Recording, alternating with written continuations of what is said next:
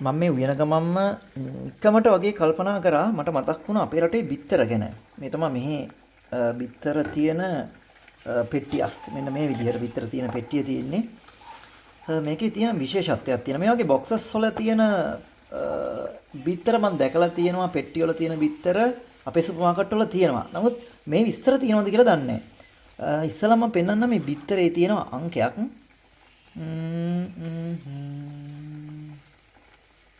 මෙන්න මේ අංකේ.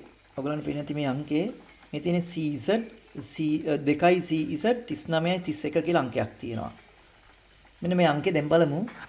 මේ මෙතන දාලා තියෙනවා බිත්තරයක් ඇඳලා මේ මූඩිය මේකේ ලිඩ් එක ඒක අරපුවාම මේකේ ඇතුල් පැත්තේ තියෙනවා මෙතන තියෙනවා ඒ වගේ අංකයක් දාලා. ඒතර මේ අංක වලින් මොකද්ද කියන්නේ කියලා කිව්වොත් එහෙම මේ CZ කියලා එකක් තියෙනවනේ. ඒ හදපු රට මේ බිත්තරේ කොයි රටේ කිකිලියෝ දාපු බිත්තරයක්ද කියලා තමයි කියන්නේ. ඒකේ තියෙනවා CZ කියලා ගහලා තිබ්බොත් ඒක චෙක් රිපබ්ලික්. ඊට පස්සේ SK කියලා ගහලා තිබ්බොත් ස්ලෝවැක්. LT කියලා ගහලා තිබ්බොත් ලැට්වියා. ඊළඟට PL කියලා ගහලා තිබ්බොත් පෝලන්ඩ් DE කියලා ගහලා තිබ්බොත් ජර්මන්. ඊට පස්සේ අංක හතරක් තියෙනවා. එකෙන් මේ තියෙන අන්තිමට රෙජිස්ටර් කරපු නම්බර් එකක්. ඊළඟට මේ පැත්තේ තියෙනවා මේ නියුට්‍රිෂන් ෆැක්ට් එක ග්‍රෑම් C එක කොච්චර පෝෂක පදාර්ථ ප්‍රමාණයක් අඩංගු වෙලා තියෙනවද මේ බිත්තරවල කියලා. මේකුත් තියෙනවා. ඊළඟට තියෙනවා ඔයගොල්ලෝ මෙතන තව පල්ලෙහෙන් පේනවා ඇති. තවත් තියෙනවා කොටස් තුනක්. මේ කොටස් තුන මේ කිකිලියෝ බිත්තර දැම්මේ කොහෙද කියන එක. ඒ කියන්නේ මේක එලිමහනේ බිත්තර දාපුවද? ඊළඟට ලොකු හෝල් එක කිකිලියෝ බිත්තර දාපුවද?